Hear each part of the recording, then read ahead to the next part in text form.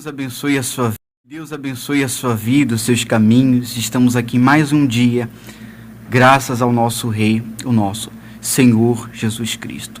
Que a sua tarde seja uma bênção, né? Que Deus ele venha estar na frente da sua vida sempre. Eu peço que você fique aqui ligado conosco, porque hoje, como todos os dias, nós iremos tratar de um assunto muito importante. Iremos tratar sobre o batismo com o Espírito Santo. E para isso, para nos ajudar a tratar melhor sobre esse assunto, está aqui comigo o pastor William. Boa tarde, pastor William. Boa tarde, pastor Mário. Boa tarde a todos. Você que está conectado no programa Resgatando Vidas. Fique ligado, porque você não pode perder nada daquilo que nós vamos estar falando aqui hoje. É isso mesmo. Nós estaremos respondendo alguns questionamentos que as pessoas, elas talvez nos ouvem, quando nós falamos sobre batismo nas águas, batismo com o Espírito Santo, há aqueles que ficam com dúvida, não é mesmo? Então hoje nós iremos sanar, iremos resolver essas dúvidas que as pessoas têm. Pastor William, fale para nós, por favor, quando se iniciou a aliança de Deus com os homens, porque esse dia nós temos falado sobre isso. Pessoas que se perguntam, quando se iniciou a aliança de Deus com o homem?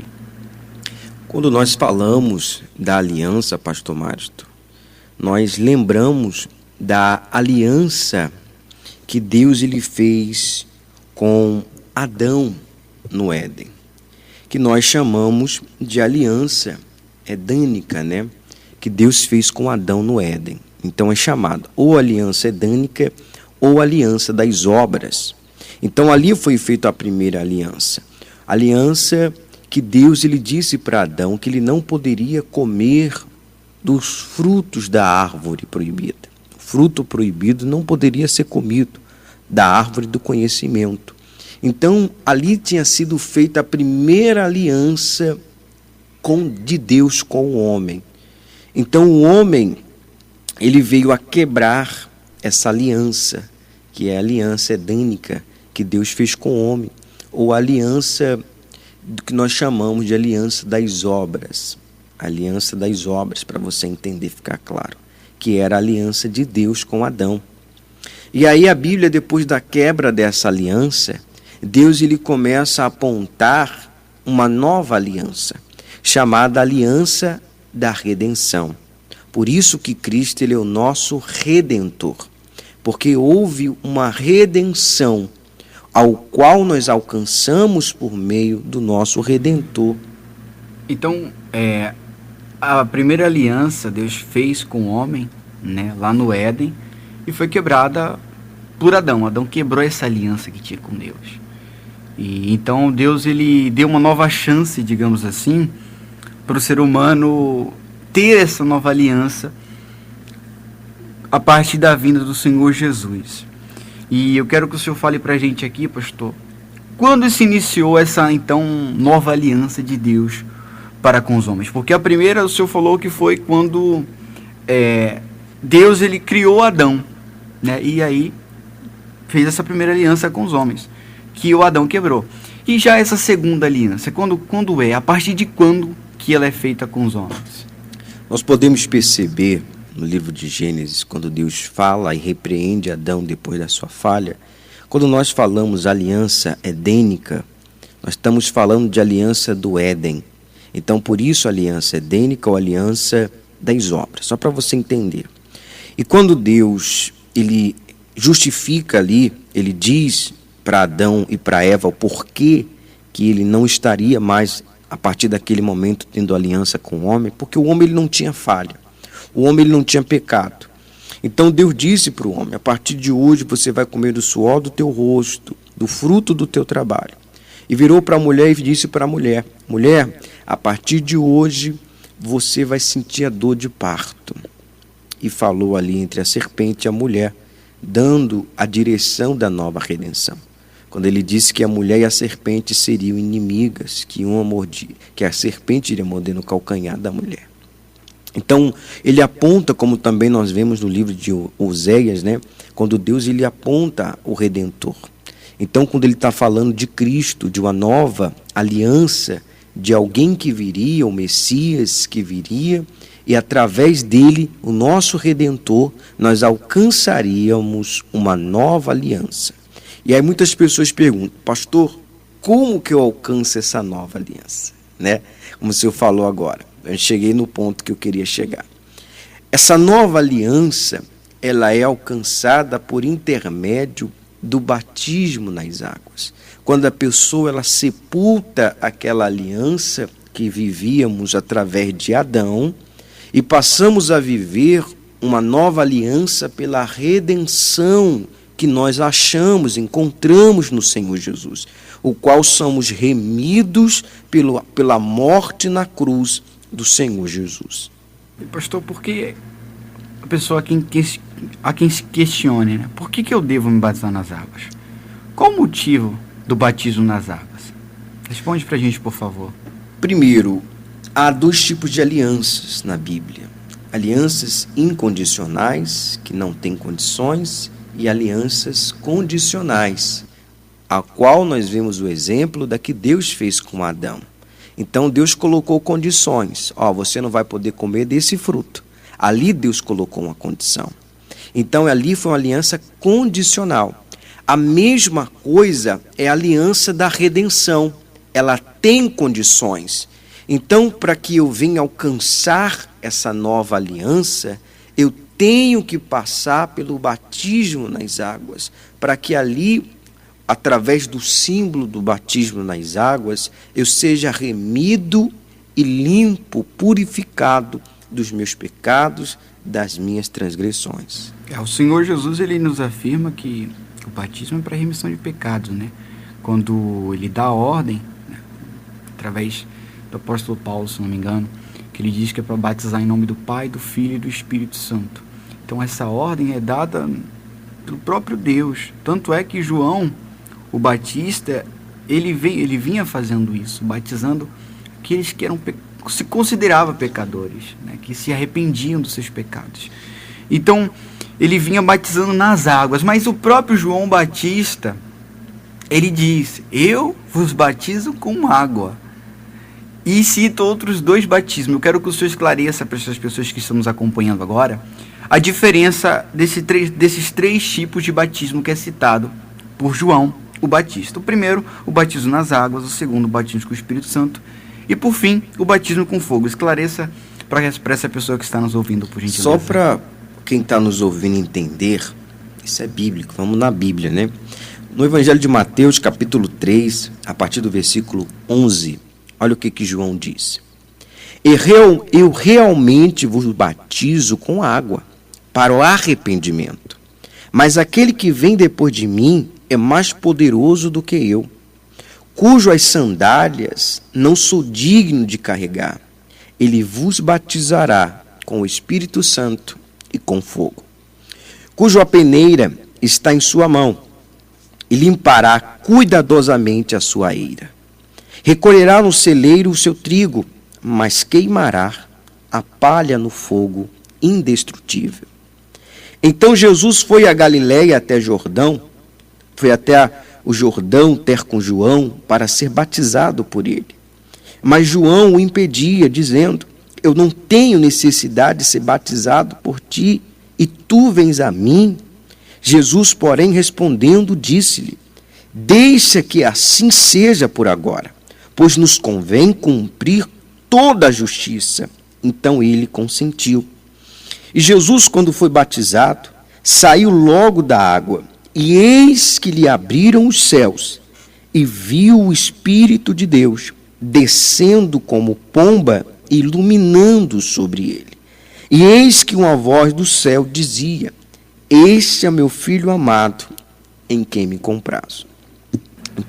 Só para deixar claro, pastor, porque há quem se questione, né? Se Jesus já era santo, ele já era filho de Deus, qual que era o motivo? Por que então que Jesus precisou ser batizado por João Batista? Por que ele disse que precisamos cumprir a justiça de Deus? Primeiro, para nos dar o exemplo, porque quando ele passa pelo batismo, o batismo é símbolo de entrega. Por isso que nós ensinamos que o ministério de Jesus se inicia depois do batismo nas águas, depois do batismo com o Espírito Santo. Então ali, como ele disse para João, é necessário que se cumpra a justiça. Então ele está falando assim, então se eu prego para todo mundo o batismo, eu também tenho que passar pelo batismo, como eu e o Senhor. Um dia nós tivemos que descer as águas, para que hoje nós estivéssemos aqui e tivesse validade a nossa palavra. Como que eu iria falar do batismo para alguém se eu não passei por aquela experiência? Então, há sim aqui uma validade. Jesus está validando a sua palavra, o seu ensinamento.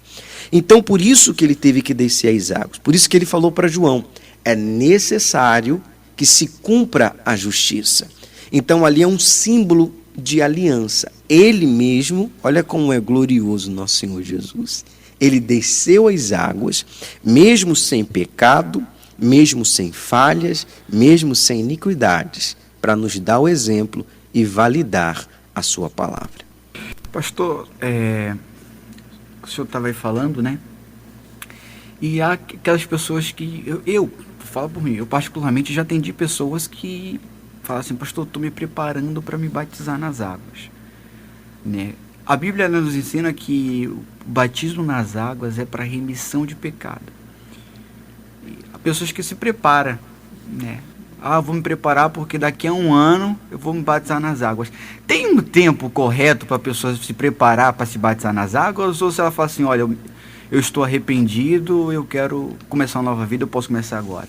Não existe preparação, porque a gente nunca está preparado para nada nessa vida, isso não condiz. Mas que a gente vem estudar, a gente nunca vai estar preparado, a gente nunca vai estar preparado para tudo. Então a mesma coisa é o batismo nas águas. Eu acredito que essa preparação seja um arrependimento. Se ela está arrependida, né? Então ela tem que ser batizada nas águas. Porque além disso, o senhor falou que eu ia chegar lá. O arrependimento, ele é um dom dado por Deus. Então quando Deus lhe dá esse dom do arrependimento, é naquela hora, é naquele momento. É na hora que Deus ele quebranta aquele coração.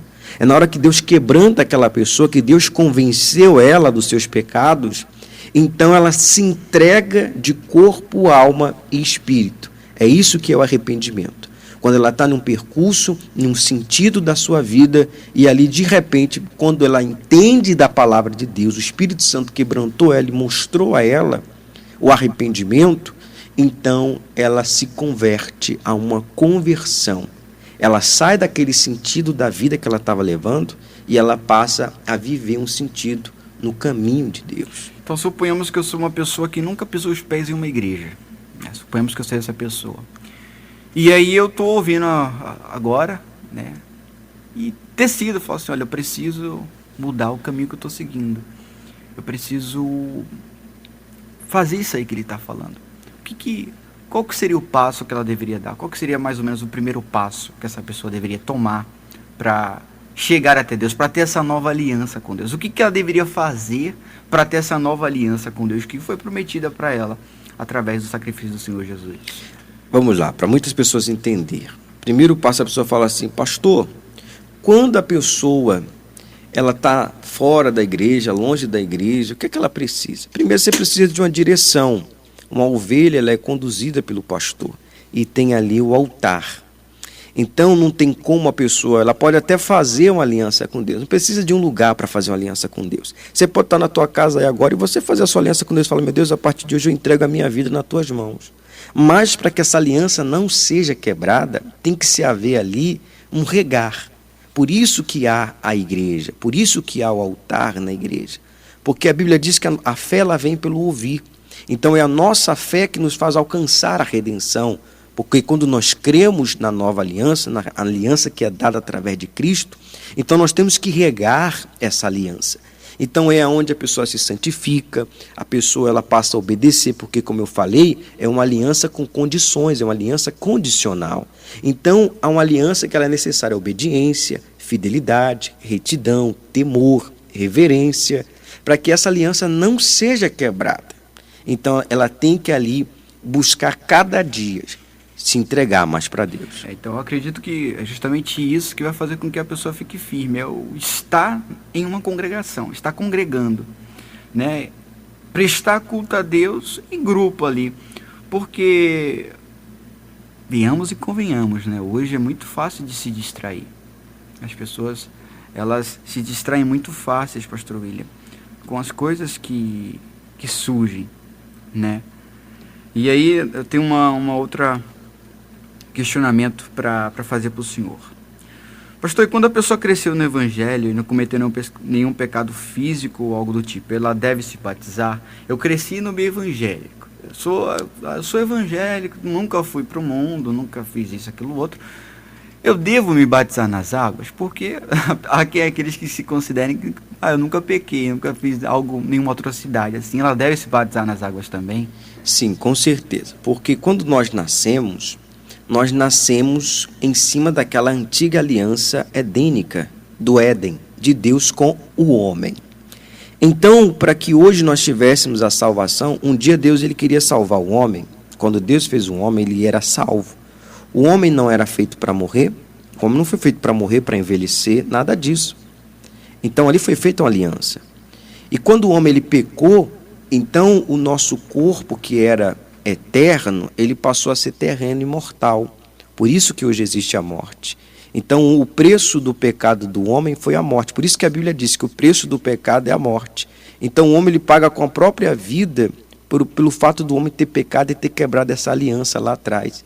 Então é necessário sim, como nós acabamos de falar do Senhor Jesus, o Senhor Jesus também, ele era santo, ele era Deus, mas mesmo assim ele passou pelo batismo nas águas. Ele fez isso nos dando o exemplo. Se Jesus, que era santo, ele precisou ser batizado pelo Batista, João Batista, se ele que era santo, ele fez isso, quem dirá nós, que somos pecadores? Por mais que a pessoa fale assim, eu cresci no meio evangélico, eu cresci numa religião... Mas ela carrega consigo os seus pecados, as suas falhas, que todos nós somos pecadores. É que assim, nós nascemos com a velha aliança, que é a aliança que foi feita com Adão. Da criatura. Da criatura. Então há quem se questione e fala assim, todo mundo é filho de Deus. Não. A maioria das pessoas é criatura por Deus, porque nós fomos criadas por Deus. Então, para finalizar, daqui a pouco já estamos chegando ao fim, quero só que o senhor sane mais essa dúvida aqui. Então o senhor estava aí falando de batismo. É necessário eu me batizar para que eu seja salvo? Não somos nós que dizemos isso, né? A palavra de Deus diz que aquele que crer e for batizado será salvo, e aquele que não crer será condenado. Então não somos nós, não é a igreja, não é a religião, é a palavra de Deus. E nós estamos aqui para mostrar a verdade a você. Por isso que nós pregamos o batismo nas águas, por isso que nós pregamos o arrependimento, a nova aliança, porque há condições. Essa nova aliança, apesar de muitos pregarem só a graça, a misericórdia, ela há condições. Porque para ela ser consumada, e por isso que Jesus fala na cruz, quando ele olha para o céu e diz, Deus meu, por que me desamparaste? E ele diz, está consumado. Então ali, Jesus ele teve que obedecer a direção que Deus tinha dado para ele, para que ele viesse conquistar as nossas almas, seja no passado, ou no presente e também no futuro. Foi por isso que Jesus ele venceu a morte, para que se cumprisse o que Deus tinha ordenado a ele. Então, muitas pessoas não têm entendimento de o que é uma verdadeira aliança e quão grande a dimensão disso. Pastor, eu ia até finalizar, mas eu preciso fazer esse questionamento aqui, que eu acredito que muitas pessoas que estão nos acompanhando também agora devem ter consigo essa dúvida. A partir de qual idade a pessoa pode tomar a decisão de se batizar nas águas? Olha, pastor, alguns anos atrás nós ensinávamos que era 12 anos. Só que hoje eu não falo mais de idade. Por quê, pastor? Porque infelizmente muitas crianças têm perdido a sua inocência precocemente, a sua pureza. E tem pessoas, mas pastor, por que o senhor está falando isso? Porque nós começamos a prestar conta das nossas obras a partir do momento, por isso que eu falei da aliança edênica, que era do Éden. A partir do momento que nós temos o discernimento do que é certo e do que é errado. Então, a partir daquele momento, eu vou passar a ser julgado por Deus. Então, hoje nós vivemos num mundo o qual Satanás, ele tem tirado precocemente a inocência, a pureza de muitas crianças. Por isso que hoje é algo muito difícil da gente bater ali no martelo e falar, ó, é a partir dessa idade. Então, muitos não têm se atentado a isso. Infelizmente, tem passado despercebido aos olhos de muitas pessoas. É porque, infelizmente, nós temos visto aí, né? Crianças de 8, 7 anos, que já, infelizmente, têm vivido uma vida completamente errada. Então, se a gente for colocar, como o senhor estava falando aí, um limite, a gente pode até perder a alma dessa pessoa. Como o senhor falou, só para esclarecer, antes que a gente termine o programa, né, que o senhor perguntou aquela hora dos 3 batismos, e eu esqueci de responder. Existe o batismo nas águas, o batismo com o Espírito Santo e o batismo com fogo. E isso, pode falar.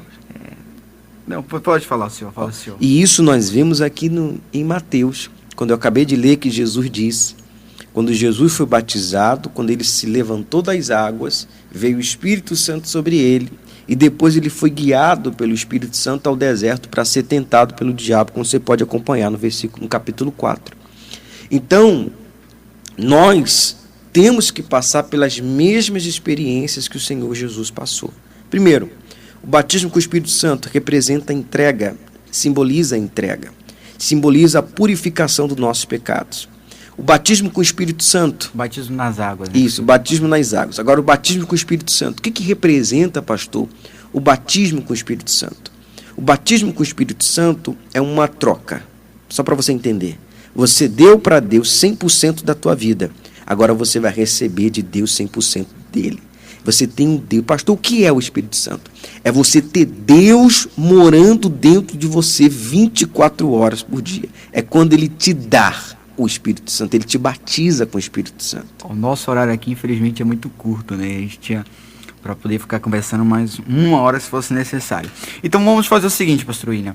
Nós iremos finalizar esse assunto na sexta-feira, que é quando nós temos esse assunto de servos. Nós iremos tratar melhor, iremos entrar mais a fundo sobre o batismo com fogo, que é o que ficou faltando para a gente responder. Então, na sexta-feira, nós iremos finalizar respondendo esse questionamento.